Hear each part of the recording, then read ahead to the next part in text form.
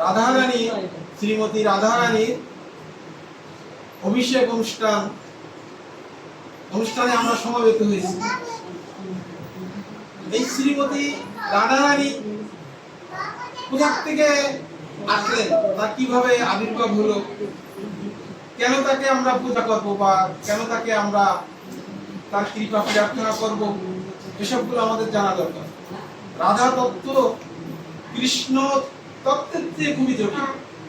মানে রাধা তত্ত্ব আর না জানলে কৃষ্ণ তত্ত্ব জেনে কোনো ফল নেই।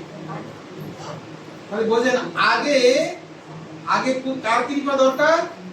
রাধারানীর কৃপা দরকার। এই রাধারানীর কৃপা কিভাবে পাবো আমরা?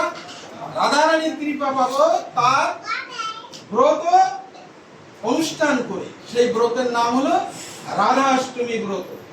এই ভাদ্র মাসে শুক্লপক্ষে অষ্টমী তিথিতে তিনি এই আমাদের এই জড় জগতে আবির্ভূত হয়েছিলেন। কেন হয়েছিলেন সব কারণ আছে, তবে আমরা আগে জানবো। আমি যেটা শুরু করতে চাচ্ছি সেটা হলো যে রাধা নাম কি করে হলো। হ্যাঁ, তা রাধা নামটি প্রকাশিত হয়েছে আরাধনা শব্দ থেকে। না, আমার কথা না, শাস্ত্র বলছে। কোন শাস্ত্র? চৈতন্য চরিতামৃত। চৈতন্য চরিতামৃত কে লিখেছেন? কৃষ্ণদাস কবিরাজ। কৃষ্ণদাস কবিরাজের লেখার কোনো ক্ষমতা ছিল না, কিন্তু নিত্যানন্দ প্রভু মানে স্বয়ং বলরাম তিনি লিখিয়েছেন তাকে দিয়ে। বলছে আমি কিছু লিখি নাই, ভগবানই লিখিয়েছে। কে লিখিয়েছেন? স্বয়ং ভগবান বলরাম। হ্যাঁ, বলরামকে তারপর যুগে শ্রীকৃষ্ণের জ্যেষ্ঠ ভ্রাতা সচি নন্দসুত ছিল, যেই সচিসুত হলো সেই বলরাম হইল নিতাই। এই যুগে কে? নিতাই। আর এই নিত্যানন্দের কৃপা দরকার। নিত্যানন্দের কৃপা না হলে গৌরের কৃপা পাওয়া যাবে না। তাই বলা হচ্ছে যে ভজ নিতাই, ভজ নিতাই। নিতাই ভজিলে তাকে পাওয়া যাবে, গৌর পাবে। আর গৌর ভজিলে ব্রজে যাবে, ব্রজে গেলে এই যে রাধারানীর কৃপা পাবো। আর রাধারানীর কৃপা পেলে কৃষ্ণের কৃপা আর অপেক্ষার দরকার নেই। কেন? রাধা আর কৃষ্ণ এক বস্তু, সেটা কালকে আলোচনা করব। তাহলে রাধা শব্দটি কোথা থেকে আসলো? চৈতন্য চরিতামৃত থেকে এসেছে। চৈতন্য চরিতামৃতে কৃষ্ণদাস কবিরাজ, যাকে দিয়ে কেউ কথা বলবেন না মাতাজি, সাবধান, একটা কথা বলা যাবে না। আমি যতক্ষণ বলবো কেউ কোনো শব্দ করবেন না। তাহলে রাধা নামটি এসেছে আরাধনা শব্দ থেকে। আরাধনা শব্দের অর্থ কি? উপাসনা করা। উপাসনা কার উপাসনা? যিনি শ্রীকৃষ্ণের উপাসনা করেন, যিনি শ্রীকৃষ্ণের আরাধনা করেন, তারই নাম রাধিকা। যেই ব্যক্তি যিনি শ্রীকৃষ্ণের আরাধনা করবেন সেই রাধা। মানে রাধা শব্দের অর্থ কি? আরাধনা। তা কার আরাধনা করতে হবে? শ্রীকৃষ্ণের। আমাদের পরমেশ্বর ভগবান শ্রীকৃষ্ণের আরাধনা করতে হবে। তা পরমেশ্বর ভগবান শ্রীকৃষ্ণের যিনি আরাধনা করবেন তিনিই রাধিকা। তার মানে এই আরাধনা শব্দটা রাধিকা থেকে এসেছে। তাই চৈতন্য চরিতামৃতে বলা হচ্ছে চতুর্থ অধ্যায় 87 শ্লোকে, কৃষ্ণ বাঞ্ছা পূর্তিরূপম করে আরাধনে অতএব রাধিকা নাম পুরাণে বাখানে। যে রাধিকা নামটা কোথায়? পুরাণে। আমাদের কতগুলি পুরাণ আছে জানেন? 18 খানা মহাপুরাণ আর 18 খানা উপপুরাণ, মোট 36 খানা পুরাণ আছে। আর এই পুরাণ আসছে কোথা থেকে? শ্রুতির থেকে। শ্রুতি আমাদের মূল গ্রন্থ শ্রুতি আর স্মৃতি, সেখান থেকে শাস্ত্রের বহু শাস্ত্রের বিস্তার। আমরা দেখব যে কৃষ্ণের বিস্তার হয়, রাধারানীরও বিস্তার হয়। কালকে ডিটেলস আলোচনা করবো, আজকে সংক্ষেপে। এই যে শ্লোকটা বললাম, কৃষ্ণ বাঞ্ছা পূর্তি রূপ করে আরাধনে, অতএব রাধিকা নাম পুরাণে পাখানা।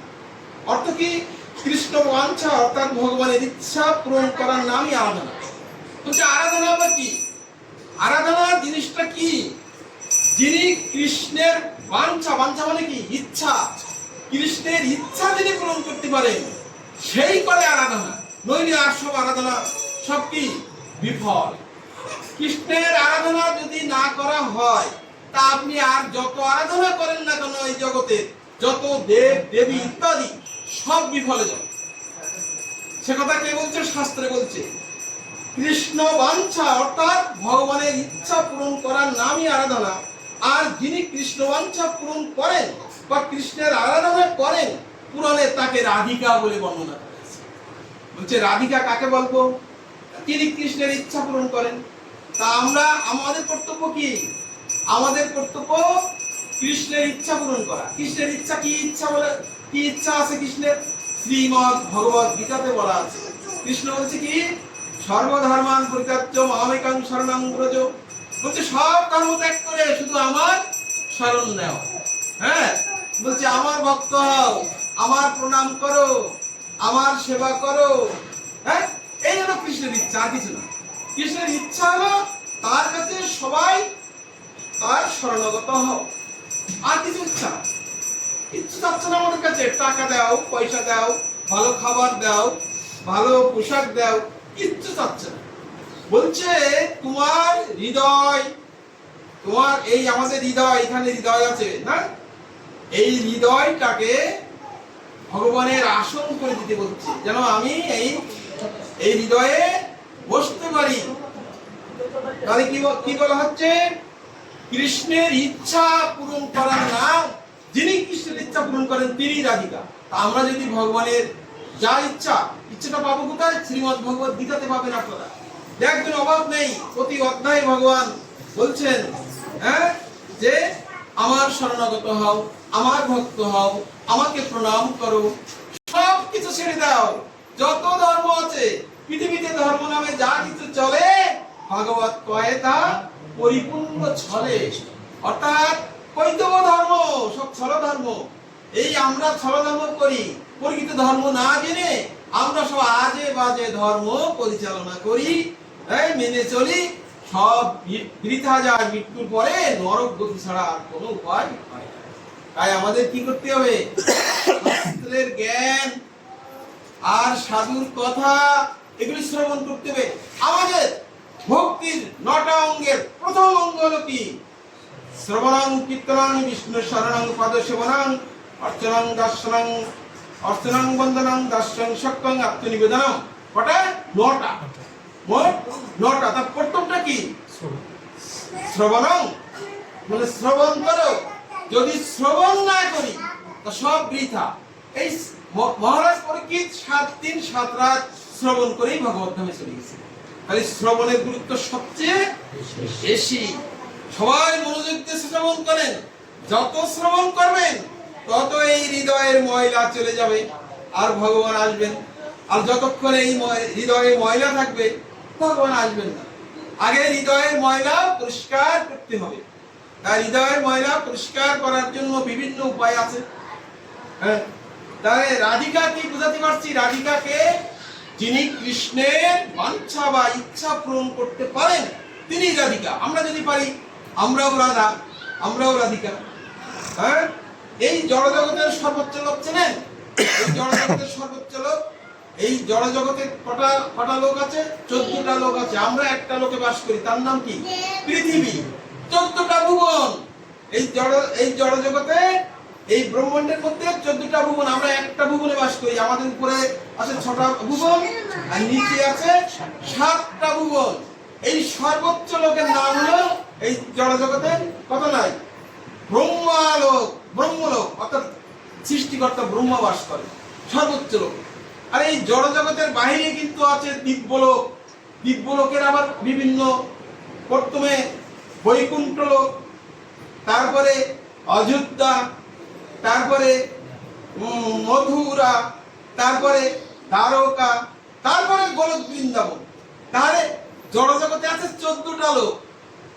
আর দিব্যলোক মানে চিন্ময় জগৎ, যেটা বিরজা নদীর ওপারে। বিরজা নদী এই আমাদের এই যে চতুর্দশ ভুবন, এই চতুর্দশ ভুবন ভেদ করে, সপ্ত আবরণ ভেদ করে বিরজা নদী পার হতে হবে, তারপরে চিৎ জগতে যাব আমরা, দিব্য জগৎ চিন্ময় জগতে যাব। তার প্রথম হলো বৈকুণ্ঠ লোক, আর অনন্ত কোটি বৈকুণ্ঠ লোক, আর প্রত্যেক বৈকুণ্ঠ লোকে একজন করে নারায়ণ আর একজন করে লক্ষ্মী থাকে। অনন্ত কোটি বৈকুণ্ঠ লোকের পরে আরো যদি উপরে উঠতে পারেন আপনার যোগ্যতা অনুসারে, তাহলে আপনি অযোধ্যায় যাবেন, যেখানে শ্রী রামচন্দ্র থাকেন, ভ্রাতা লক্ষণ থাকেন, নাকি মাতা সীতা থাকেন। আর যদি যোগ্যতা থাকে তাহলে আমরা অযোধ্যা পার হয়ে কোথায় যাব? মথুরায় যাব, যেখানে ভগবান জন্মগ্রহণ করেছিলেন, জন্মলীলা প্রকাশ করেছিলেন। আরো যোগ্যতা থাকলে আমরা দ্বারকায় চলে যাব, যেখানে ভগবান দ্বারকা নগরীর রাজা ধীরাজ হয়েছিলেন, 16,108 জন মহিষী নিয়ে বাস করছিলেন, যেটা মণি মাণিক্য রত্ন দিয়ে তৈরি করা সেই নগরী, সেটা এখন সাগর গর্ভে বিলীন হয়েছে।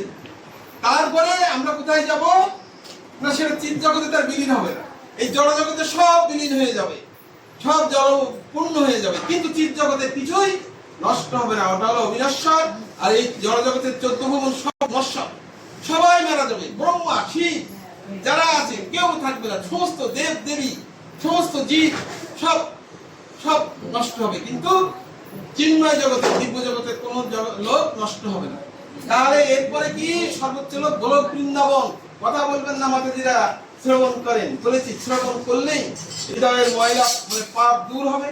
আর যদি দূর করতে পারেন তাহলে বেশি গেলেন আর জন্ম হবে না, এই জগতে আর আসতে হবে না, দুঃখ কষ্ট এই জন্ম মৃত্যু জরা ব্যাধি ভবরোগ কত শোক তাপ রোগ ব্যাধি ইত্যাদি অভাব কষ্ট দরিদ্র এর কবলে আর পড়তে হবে না। যদি আমরা ভক্তি ভরে এই রাধাষ্টমী ব্রত পালন করি, হ্যাঁ, তাহলে রাধারানী আমাদের কৃপা করবেন, আর রাধারানী কৃপা করলেই কিন্তু আমরা সেই গোলক বৃন্দাবনে যেতে পারবো, নইলে ওই গেট বন্ধ। আর রাধারানীর কৃপা কিভাবে পাবেন? রাধারানীর কথা শুনেন, রাধারানী কথা বলা হচ্ছে এখানে, হ্যাঁ, রাধারানী এবং রাধা কৃষ্ণ একজনের কথা বলা যায় না, বলতে গেলে কয়জনের কথা বলতে হয়? দুইজনের কথা একসাথে বলতে হয়। একা রাধা কোনো অস্তিত্ব নেই, একা কৃষ্ণের অস্তিত্ব নেই। যেখানে রাধা আছেন সেখানে অবশ্যই কৃষ্ণ আছেন, আর যেখানে কৃষ্ণ আছেন সেখানে অবশ্যই রাধা আছেন। রাধা কৃষ্ণকে আলাদা করা যাবে না। কেন যাবে না? শাস্ত্রে বলছে, সেটা একটু পরে আমি আসছি।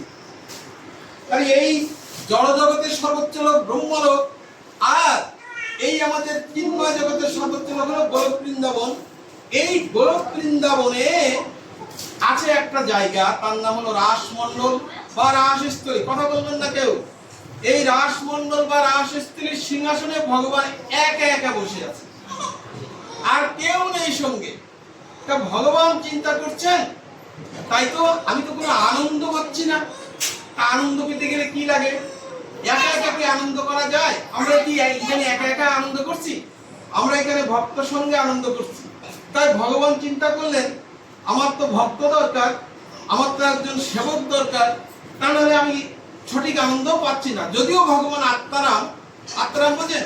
আত্মারাম মানে নিজে নিজেই সব কিছু, তার কোনো কিছু দরকার নেই, খাবার দাবার এভরিথিং মানে সব নিজের ভিতরে আছে, একে বলে আত্মারাম। আত্মারাম মানে যার অন্য কারোর প্রয়োজন নেই। আত্মারাম হয়েও তিনি কি বলছেন যে আমার ভক্তের দরকার, ভক্ত না হলে আমি পূর্ণ আনন্দ পাচ্ছি না। তাই আনন্দ করার জন্য এই আনন্দটা শুধু নিজে করলে হবে না।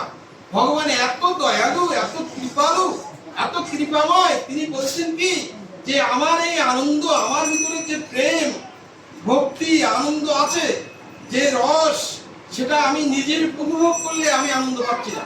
তাহলে কি ভগবান চান যে আমিও আনন্দ করব, আমার ভক্তরাও সেই প্রেম ভক্তি পাবে। এইভাবে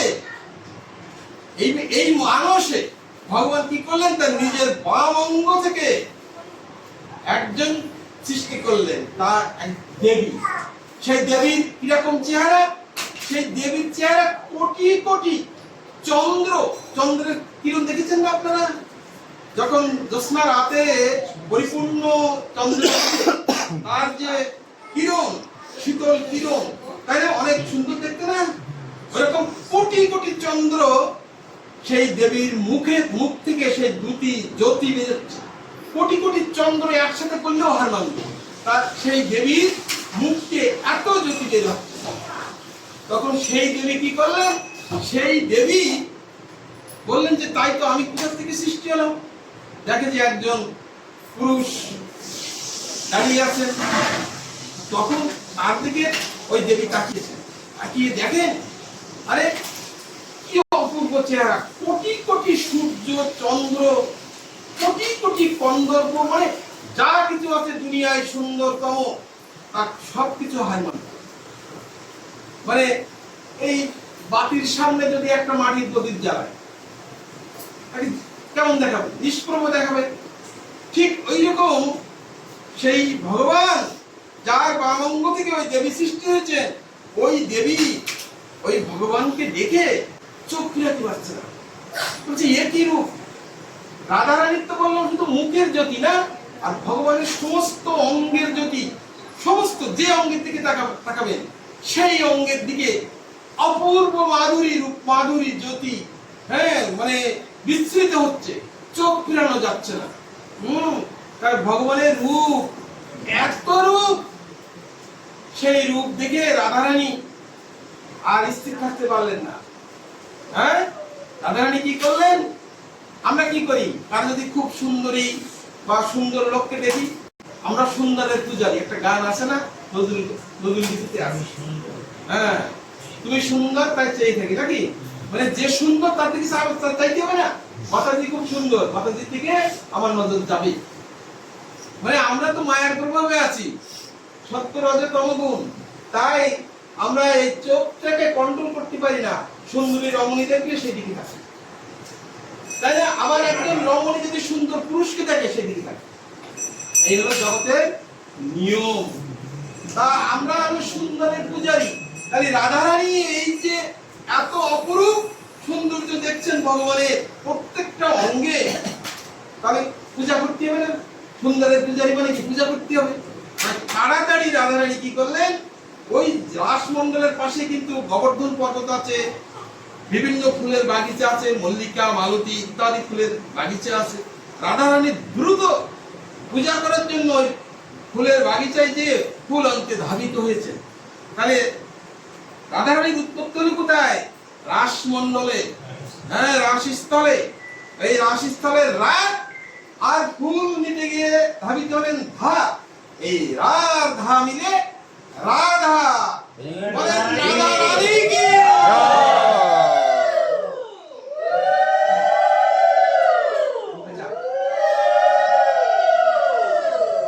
আমরা দুটো জিনিস পেলাম কিন্তু, একটা হলো যিনি আরাধনা করেন, ভগবান কৃষ্ণের আরাধনা করেন, তিনি রাধা।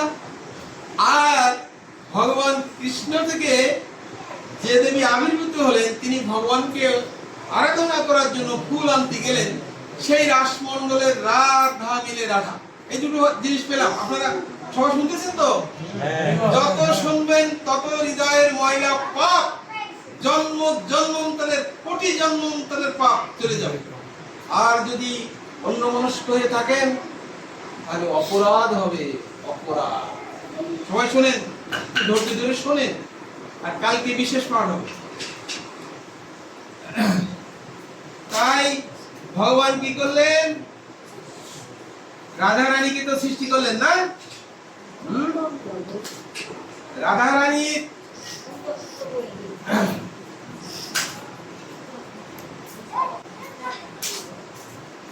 আচ্ছা, ভগবান শ্রীকৃষ্ণ, আমরা জানি এই সমস্ত আমাদের এই আমরা ব্রহ্মাণ্ডে বাস করি, একটা ব্রহ্মাণ্ডে যার 14টা ভুবন আছে, তা এইরকম ব্রহ্মাণ্ড কিন্তু অনন্ত কোটি। আজকে আমাদের এই ব্রহ্মাণ্ডের, এই ভারতবর্ষের ভৌম বৃন্দাবনে ভগবান দ্বাপর যুগে লীলা করে গেছেন। এখন কি সে লীলা হচ্ছে নাকি? জানেন মাতাজিরা, লীলা কি হচ্ছে ভৌম বৃন্দাবনে? না, ভৌম বৃন্দাবনে লীলা হচ্ছে না, সেটা আমরা চোখে দেখছি, বন্ধ, স্থগিত। মানে লীলা হয়ে গেছে। ভগবান 125 বছর এই ধরাধামী থেকে লীলা করেছে, করে তিনি অপরাগঠে চলে গেছেন, কিন্তু সে লীলা কিন্তু অন্য ব্রহ্মাণ্ডে চলছে। কেন? ব্রহ্মাণ্ড কটা? অনন্ত কোটি ব্রহ্মাণ্ড। এখন কোন ব্রহ্মাণ্ডে চলছে আমরা বলতে পারি, কারণ আমরা 14 ভুবনের কিছু জানি না, আমরা পৃথিবীকেও জানি না।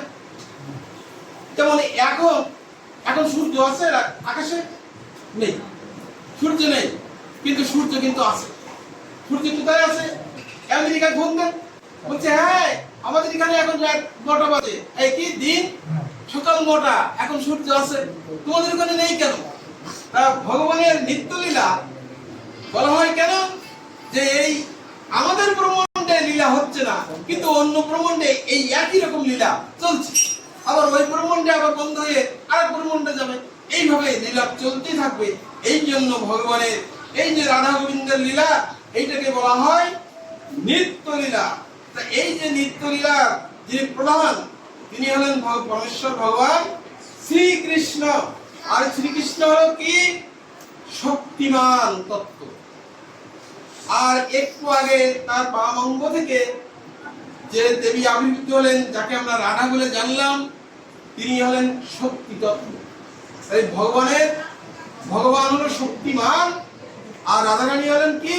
শক্তি তত্ত্ব। কিরকম? একটা মোমবাতি থেকে আপনারা 1000 মোমবাতি জ্বালাতে পারেন না? হ্যাঁ, তার মূল একটা মোমবাতি আছে না, সেইটাই কিন্তু মূল শক্তি, শক্তিমান সেটা। আর যতগুলো সৃষ্টি হয়েছে সেগুলো কি? ওই মূল মোমবাতির শক্তি। শক্তিমান হলো কৃষ্ণ, আর শক্তি হলেন কে?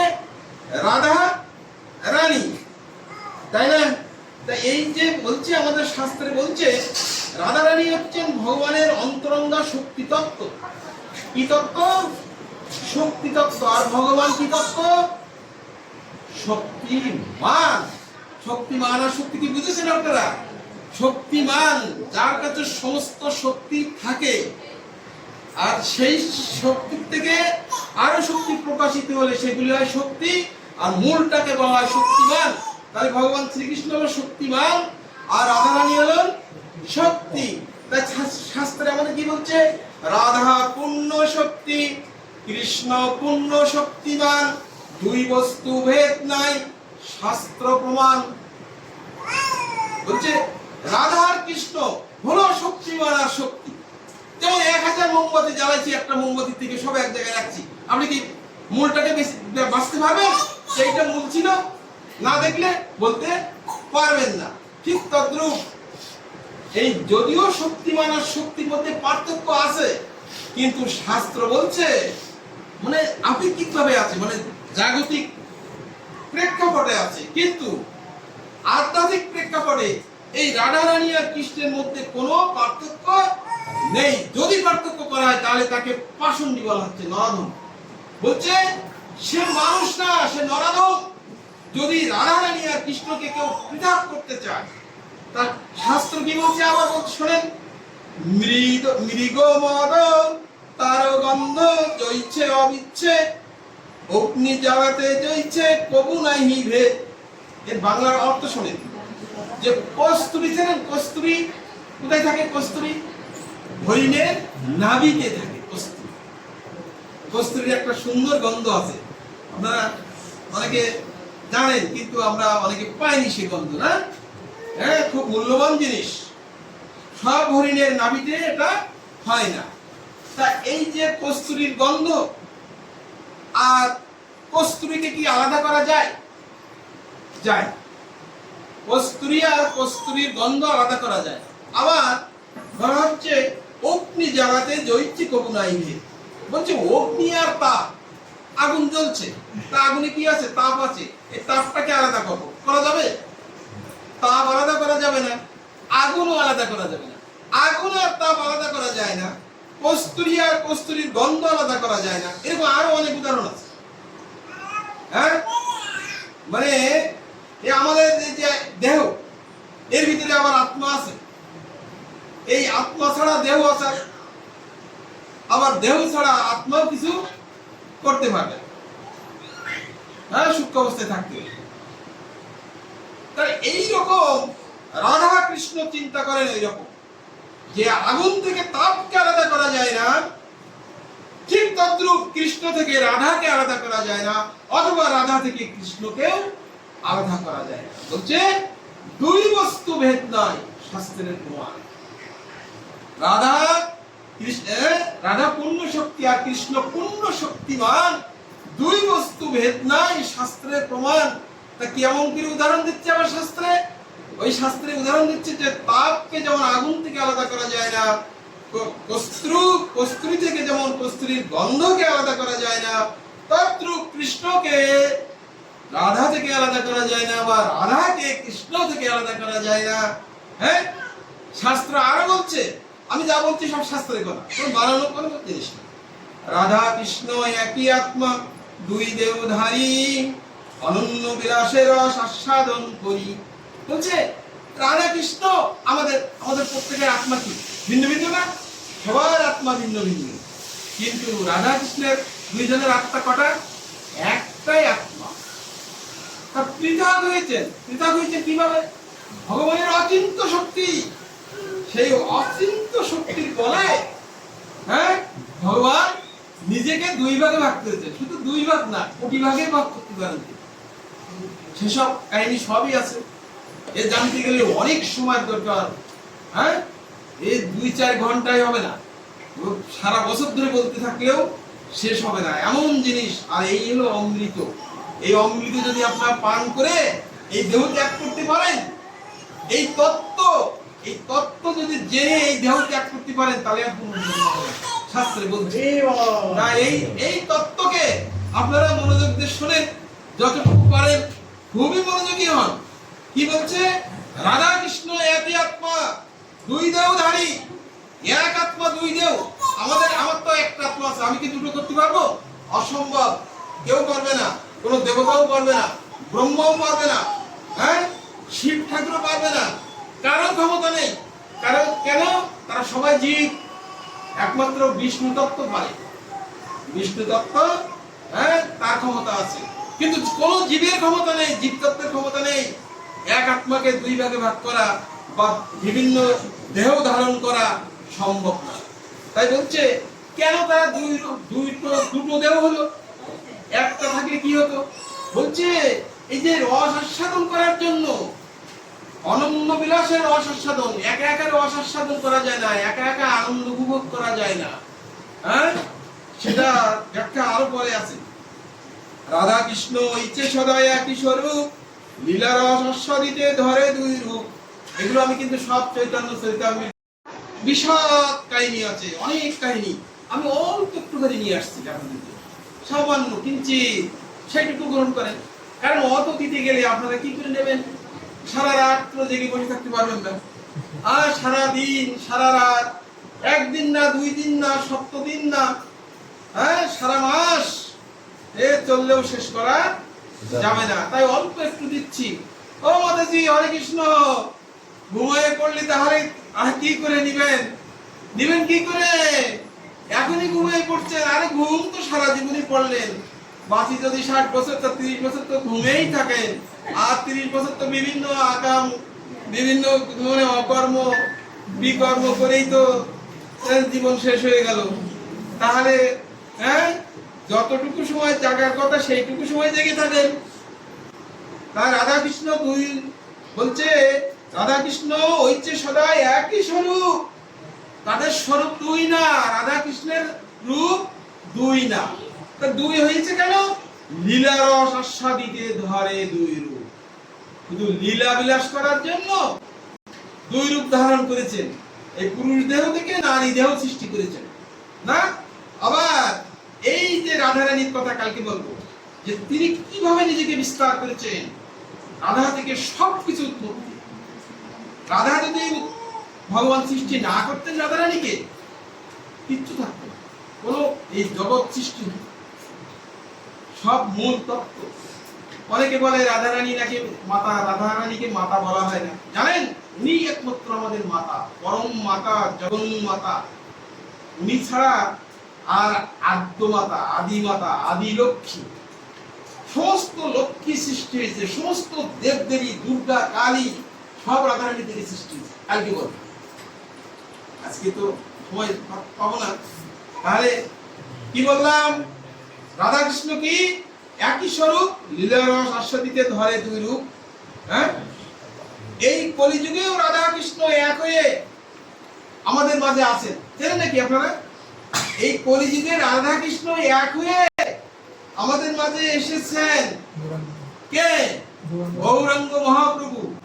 তারপরে ওনারা দুইজন হলেন, আর কলিযুগে রাধা কৃষ্ণ দুই দেহ এক দেহ মিলিত হয়ে আবির্ভূত হলেন। তিনি হলেন শ্রীকৃষ্ণ চৈতন্য মহাপ্রভু, গৌরাঙ্গ মহাপ্রভু। হ্যাঁ, তিনি কেন আসলেন? বলছে প্রেম ভক্তি শিখাইতে আপনি অবতরী, রাধা ভাব কান্তি দুই অঙ্গীকার করি। হ্যাঁ, শ্রীকৃষ্ণ চৈতন্য রূপে কইল অবতার। কেন আসলেন তিনি? এই যে দুই দেহ এক হয়ে, তাও কিভাবে আসলেন এর ব্যাখ্যা করতে গেলে অনেক সময় লাগবে, এই ব্যাখ্যা এখন পারবো না। রাধার অঙ্গ কান্তি, ভাব আর কান্তি। কান্তি মানে কি? কান্তি মানে সৌন্দর্য। রাধার যে সৌন্দর্য, রাধা শুধু জিকির রাখো, তপ্ত কাঞ্চন গৌরাঙ্গী রাধে বৃন্দাবনেশ্বরী বিশ্বভান সুত দেবী প্রণমামি হরি। তপ্ত কাঞ্চন গৌরাঙ্গী বলছে রাধারানীর চেহারা কেমন? তপ্ত কাঞ্চন, কাঞ্চন মানে সোনা, স্বর্ণ, কনক, সোনা গলারে যে তার দ্যুতি জ্যোতি হয় না, সাধারণ অবস্থায় সোনার অত জ্যোতি নেই, কিন্তু যখন স্বর্ণকারেরা গালায় না তখন ওর জ্যোতি দিয়ে হয়। তপ্ত কাঞ্চনের মতো রাধারানীর অঙ্গের চেহারা, আর সেইটাকে বলা হয় কান্তি। আর রাধারানীর যে ভাব, কি ভাব? এই যে কৃষ্ণকে আনন্দ দান করা। কি করে কৃষ্ণকে সন্তুষ্ট করা যায়, কি করে কৃষ্ণকে প্রেমানন্দ দেওয়া যায়, এই হলো কি করে তাকে ভালোবাসা যায়, এই হলো রাধারানীর ইচ্ছা। হ্যাঁ, তাই সেই রাধার ভাব কিরকম ভাব আর রাধার কান্তি, বলছে রাধা ভাব কান্তি দুই অঙ্গীকার করি, মানে এই দুটোকে ধারণ করে এই শ্রীকৃষ্ণ চৈতন্য মহাপ্রভু আবির্ভূত হয়েছে। কি করার জন্য? আমাদেরকে প্রেম ভক্তি দান করার জন্য। তাই মহাপ্রভুর চেহারাটা কেমন? ভিতরে কৃষ্ণের গড়ন আর বাহিরে রাধার আবরণ, মানে বাহিরে রাধার বেশ, রাধার শরীরের অংশ হলো বাহিরে, আর ভিতরে কৃষ্ণ। এই রাধা কৃষ্ণ একসাথে এইভাবে আবির্ভূত হয়েছে। হ্যাঁ, আর মনে হয় বলা ঠিক হবে না, কত বাজে? 8 মিনিট। অবতারী কৃষ্ণ জয়ছে করে অবতার, অংশিনী রাধা হইতে 3 গুণের বিস্তার। ভালো করে শুনেন, খুব গুরুত্বপূর্ণ কথা। অবতারী শ্রীকৃষ্ণ থেকে যেভাবে সমস্ত অবতারের বিস্তার হয়, আপনারা অবতারের নাম জানেন? প্রথমে কি? মৎস্য অবতার, কুর্ম মানে কচ্ছপ, মৎস্য, কুর্ম, বরাহ, নৃসিংহ, রাম, এসব অবতার আসছে না আমাদের পৃথিবীতে? এরকম অসংখ্য অবতার। অবতার কয়জন? অনন্ত অনন্ত অবতার। অবতারের কোনো শেষ নেই। এই অবতার কোথা থেকে আসে? সব কৃষ্ণ থেকে। কৃষ্ণের বিস্তার, অর্থাৎ উনি তো একটু আগে দেখলাম শুধু রাধারানীকে প্রকাশিত করলেন না, এখন বলা হচ্ছে অবতারী কৃষ্ণ জয়ছে করে অবতার। কৃষ্ণ যেমন বিভিন্ন রকম অবতার সৃষ্টি করেন। অংশিনী, অংশিনীকে রাধারানী। কেন? কৃষ্ণ থেকে প্রকাশিত হয়েছেন, তিনি হলেন অংশিনী। এই রাধারানীও 3 গুণের বিস্তার। রাধারানী প্রথমে অনেকগুলো বিস্তার হয়েছে, তার প্রথম 3টি। প্রথম 3টি কি কি? 1 নম্বর হলো কি? 1 নম্বর হলো লক্ষ্মীগণ। রাধারানী থেকে প্রথম হয়েছে লক্ষ্মীগণ। অনেক লক্ষ্মী আছে, রাজলক্ষ্মী, মহালক্ষ্মী, লক্ষ্মী। আপনারা যে পূজা করেন না, লক্ষ্মী পূজা, এই লক্ষ্মী হলো ধন সম্পদের লক্ষ্মী। হ্যাঁ, এই লক্ষ্মী কোন জায়গা থেকে আসছে? রাধারানীর বিস্তার। রাধাকে পূজা করলে আপনার ওই লক্ষ্মীর কোনো পূজা করবে না। রাধাকে যদি আপনি ভালোভাবে ভক্তিভরে পূজা করেন, সমস্ত লক্ষ্মী আপনার চাকর হয়ে আপনার ঘরে থাকবে। বুঝতে পেরেছেন? লক্ষ্মী পূজা করার জন্য তো সব পাগল হয়ে যান, কিন্তু লক্ষ্মী কোথা থেকে আসলো তা কি জানেন? কালকে বলবো। তাহলে অর্থ হলো কি, লক্ষ্মীগণ যত লক্ষ্মী আছে সব রাধারানী থেকে উৎপত্তি। দ্বিতীয় বিস্তার হলো কি, মহিষীগণ। এই যে দ্বারকার 16,108 জন মহিষী নিয়ে ভগবান বাস করতেন, এ কারা? সব রাধারানীর বিস্তার। ভালো করে বোঝেন, রাধারানী লক্ষ্মী সৃষ্টি করলেন। এই লক্ষ্মীগণ কোন জায়গায় রয়েছে? সব বৈকুণ্ঠে, অনন্ত কোটি বৈকুণ্ঠে। এক একজন নারায়ণের সাথে এক একজন লক্ষ্মী। এক একজন নারায়ণের কি রকম? চতুর্ভুজ। আর সঙ্গে আছে লক্ষ্মী রানী, লক্ষ্মী দেবী। তাহলে অনন্ত বৈকুণ্ঠে অনন্ত কোটি লক্ষ্মী, একজন লক্ষ্মী। আপনারা মনে করেন আমরা বোধহয় একজন লক্ষ্মী পূজা করি না? অনন্ত কোটি লক্ষ্মী। আর এই অনন্ত কোটি লক্ষ্মী কোন জায়গা থেকে আসছেন? রাধারানী থেকে। আর এই যে 16,108 জন মহিষী, এরাও রাধারানী থেকে আসছেন। আর ব্রজের যত গোপীগণ, সখীগণ, তারাও রাধারানী থেকে আসছেন। তাহলে রাধারানী থেকে আসলেন নাকি? সমস্ত এই যে আপনারা কোথা থেকে আসছেন? ও মাতাজিরা, আপনারা কোথা থেকে আসছেন? আপনারাও রাধারানীর অংশ।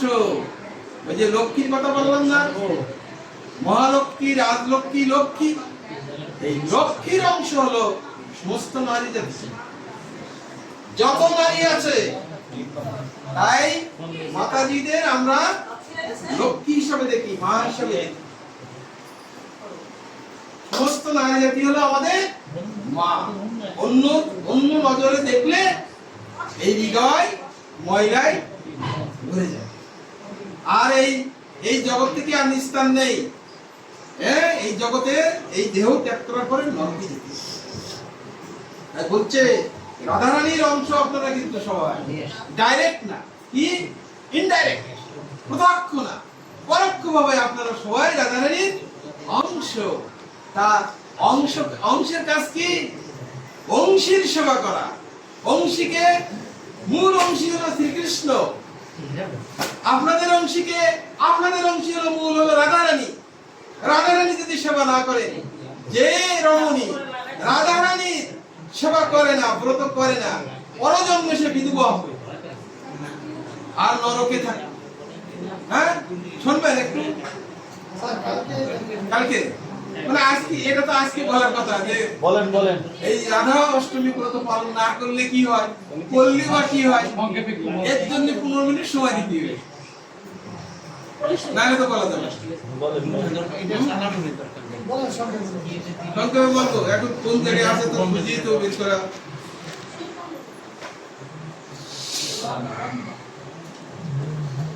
শোনেন শোনেন একটুখানি বলি যে স্ত্রীয়স্য জানা কুর্বন্তি ব্রতমেতচ্ছুব প্রদম রাধা বিষ্ণু প্রীতিকরং সর্ব পাপ প্রণাশনম। হ্যাঁ, পদ্মপুরাণে বলছে যে সকল নারীরা রাধা কৃষ্ণের প্রীতিকর সর্ব পাপ হরণকারী এই ব্রত পালন করে না, মানে রাধাষ্টমী ব্রত পালন করে না, তারা নরক গমন করেন এবং পৃথিবীতে জন্মের পর বিধবা হয়ে জীবন অতিবাহিত করে। আজকে আমাদের সংসারে যে সমস্ত নারীরা বিধবা হয়ে আছেন, তাদের কি অপরাধ? তারা রাধাষ্টমী ব্রত পূর্বজন্মে। তাই সমস্ত নারী জাতিদের চরণে অনুরোধ করছি, হ্যাঁ, আপনারা কৃপা করে সবাই উপবাস করবেন, সবাই রাধারানীর সেবা করবেন, অভিষেক করবেন, রাধারানীর প্রসাদ গ্রহণ করবেন, সকাল সকাল সবাই চলে আসবেন। হ্যাঁ, দেখছেন আমরা যা ভোগ করি এ কি ভগবানের দোষ? আমাদের কর্ম, যেমন কর্ম করব পরজন্মে সেই রকম দেহ পাবো। মনুষ্য জন্ম হলেও বিভিন্ন দুঃখ কষ্ট, কেউ দেখেন দরিদ্র পরিবারে জন্মগ্রহণ করে, কেউ ধনী পরিবারে জন্মগ্রহণ করে, কেউ 10 তলা বিল্ডিং এ বাস করে, কারোর ঘরে টিন দিয়ে জল পড়ে নাকি, ঘর বাড়ি নেই। হ্যাঁ, কেউ ভিক্ষা করে খায়, আর কেউ না খেতে পেরে ডাস্টবিনে ফেলে দেয় ভালো খাবার। যা অনেকে ক্ষুধার্ত লোক ডাস্টবিন থেকে কুড়াই খায়। এগুলি কেন হয়? এগুলো আমাদের হলো পাপ কর্মের ফল। জন্মান্তরের পাপ কর্মের ফলে আমাদের জন্ম এইরকমই হয়। তাও যদি মনুষ্য দেহ না হতে পারে, কুকুর, বিড়াল, শ্রীগাল, কীট পতঙ্গ, মশা মাছি, পিঁপড়া কীট, গাছপালা, তরুলতা ইত্যাদি 83 লক্ষ রকমের জনি আছে, জিততেও আছে, জন্ম হতে পারে। তাহলে চিন্তা করেন, আর ওই সমস্ত জন্মে একবার গেলে, পশু জন্মে গেলে, পশু পাখি জন্মে গেলে, আর মানব জন্ম আর হবে কবে হবে? কত কোটি বছর পরে হবে। আর মানব জন্ম না হওয়া পর্যন্ত আপনি রাধারানীর কৃপা পাবেন না। আর রাধারানীর কৃপা না করে আপনি গোলকে যেতে পারবেন না, কৃষ্ণের কাছে যেতে পারবেন না। আর কৃষ্ণের কাছে যে যেতে না পারলে এই জড় জগতে বারবার জন্মগ্রহণ করতে হবে, মৃত্যুবরণ করতে হবে। তাই লক্ষ্মণ দাস ঠাকুর বলেছেন, হেন অবতারে যার গতি না জন্মিল, সেই পাপী এলো আর গেল। এলো আর গেল মানে এই জন্ম হলো, মৃত্যু হলো, জন্ম হলো, মৃত্যু হলো। কখনো কুকুরে জন্মগ্রহণ করে মৃত্যুবরণ করে, মশা হলো, মাছি হলো। হ্যাঁ, ভগবান কৃপা করে যদি মনুষ্য দেহ দেয়, তাহলে মনুষ্য জন্ম পেলে আমরা রাধারানীর কৃপা পাবো, যদি সেবা করতে পারি। তা মনুষ্য জন্ম কিন্তু আমরা পেয়েছি অলরেডি সবাই আমরা এখানে, না? তাহলে অবশ্যই আমাদের রাধারানীর কৃপা পেতে হবে। হ্যাঁ, তা শুরু থেকে নিতাই কৃপা, তারপরে গৌরাঙ্গের কৃপা, তারপরে আমরা গৌরাঙ্গের কৃপা হলে গৌরাঙ্গ আমাদের ব্রজে নিয়ে যাবে রাধারানীর কাছে। আর রাধারানীর কাছে গেলেই কিন্তু আমরা কৃষ্ণের কাছে বা গোলকে, গোলক বৃন্দাবনে যেতে পারবো। এই হলো মূল কথা। তাই কি বলছিলাম, যে যে নারীদের কথা তো বললাম। আর পালন পালন করলে কি হয়, দুটো একটা বলি। মানে মনুষ্যগণ 1000 একাদশী পালনে যেই ফল লাভ করে থাকেন, তার শতগুণ, মানে 1,00,000 একাদশী করলে যা হবে। আমাদের জীবনে আমরা কয়টা একাদশী পালন করি? আর যে কটা করি তার একটাও হয় না। যে কটা করি তার একটাও হয় না। ওই 16 ভাগের 1 ভাগ হয় হয়তো মনে করেন, আর 15 ভাগ হয় না।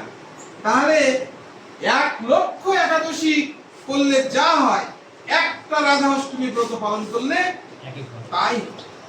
তাহলে আমাদের কেমন ভাবে করা উচিত আপনারা চিন্তা করেন, যে এই রাধাষ্টমী ব্রত কত শুদ্ধভাবে ভক্তি ভরে এটা পালন করতে হবে। সমস্ত চিন্তার চেতনা কাজকর্ম বাদ দিয়ে সর্বদা রাধারানী তুষ্ট হবে কিসে? হরিনাম করলে।